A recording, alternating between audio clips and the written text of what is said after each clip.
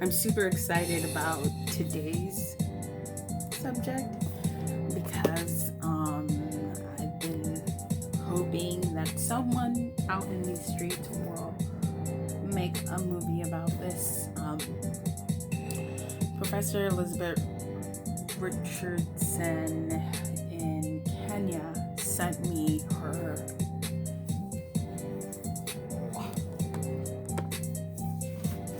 play called Nzinga, the Warrior Queen. It's incredible. Elizabeth Richardson, Missouri. First of all, thank you, Professor, for doing this. I had so much fun reading this play. So much fun. And the way I said it was like, please, if you send me this, I will pay anything. I want to read this play. And in 2014, sure enough, she sent it and she signed it, and this is like rock star quality for me. No, it's not Bono. It's Professor Elizabeth Richardson, who took the time to write something about a queen that existed. And this queen is, as we know, Nzinga.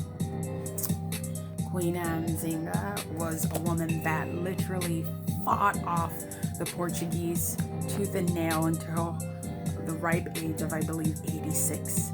Like, she was fighting it tooth and nail until she couldn't fight any longer.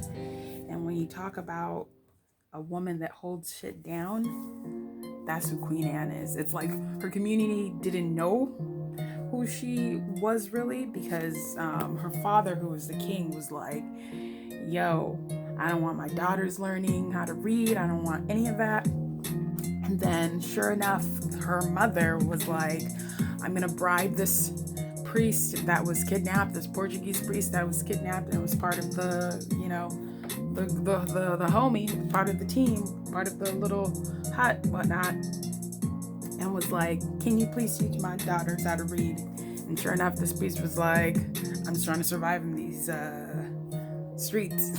So he said yes to everybody and taught her how to read, and her uncle taught her how to fight. That's why you see her famously with these bow and arrows. She was dope. It's too bad her father didn't think girls were dope, but what are you gonna do? Patriarchal system in that space. But her, fire. And her, ridiculously fire. I get so excited and so geeked out because it's like, this is 1595. This is 1595 Angola. This is not like, oh, 1890. This is 1595, okay? That tells you, puts so many things into context, you know? What can I say about Queen Anne? The Queen Anne, I should really strip her name of the Anne part, because it was forced upon her, not really by the Portuguese. So I'm just gonna say Nzinga, the warrior princess. Nzinga, really the warrior queen. Nzinga, really the warrior queen. This lady was so badass. She was so badass. She had a really weak, sick brother who was hella immature and also hella insecure. So much so that he sent her packing. Woo. She went packing, y'all. She had to go to the other team. So of course we know in Africa there's a lot of warring fractures, and people are like, oh my God, I want this land, and oh my God, I want this land. And so what happened? People are like, yo, Nzinga is the type of queen that can lead us into destinies, but we are so insecure as men. So we let her go to the other team. She went to the other team, hoping that one day she'd be back in her. Hoping that one day she'd be back in her land. Hoping that one day she'll be back in her land and take what she deserves.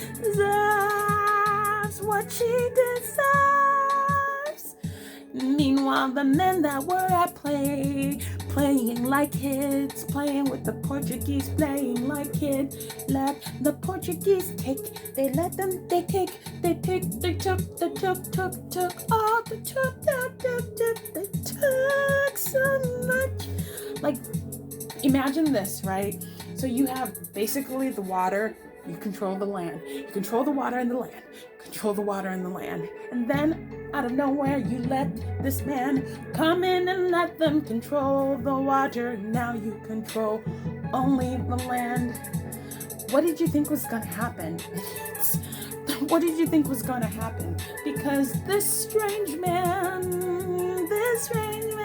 smiled, and this strange man gave gifts. No, I said, no amount of potpourri and no amount of bullshit gifts is gonna make me give away my water and land. And our water and land. There's so many metaphors I'm trying to stuff in here, but we ain't got time for that. But the point is, if I want to bring it back to the present, really, to my daughter and to any little girl listening, save your cookie. Speak to your mom about what the cookie is, really, but save your cookie. Don't let any person go up into your territory and invade and say that they can own the water and your land, because if they own the water on your land, it's like the veins running through your system. The vein running through your system. Oh. The vein running through your system is like literally, if someone took a hold of that, then you wouldn't be able to do anything. You wouldn't be able to do anything. If someone held down the vein, held your breath, you wouldn't be able to move. In fact, you'd be like, oh my God, I gotta choose. Oh my God, I gotta let this person have a piece of my vein so I can totally move around all up in my body. My gosh, that's the point of what I'm saying, which is what? This chick is so dope and held it down for like legit 70 something years until she passed. And then you know what happened? Portuguese poo-pooed all over Angola. And then they let the French poo-poo all over it too.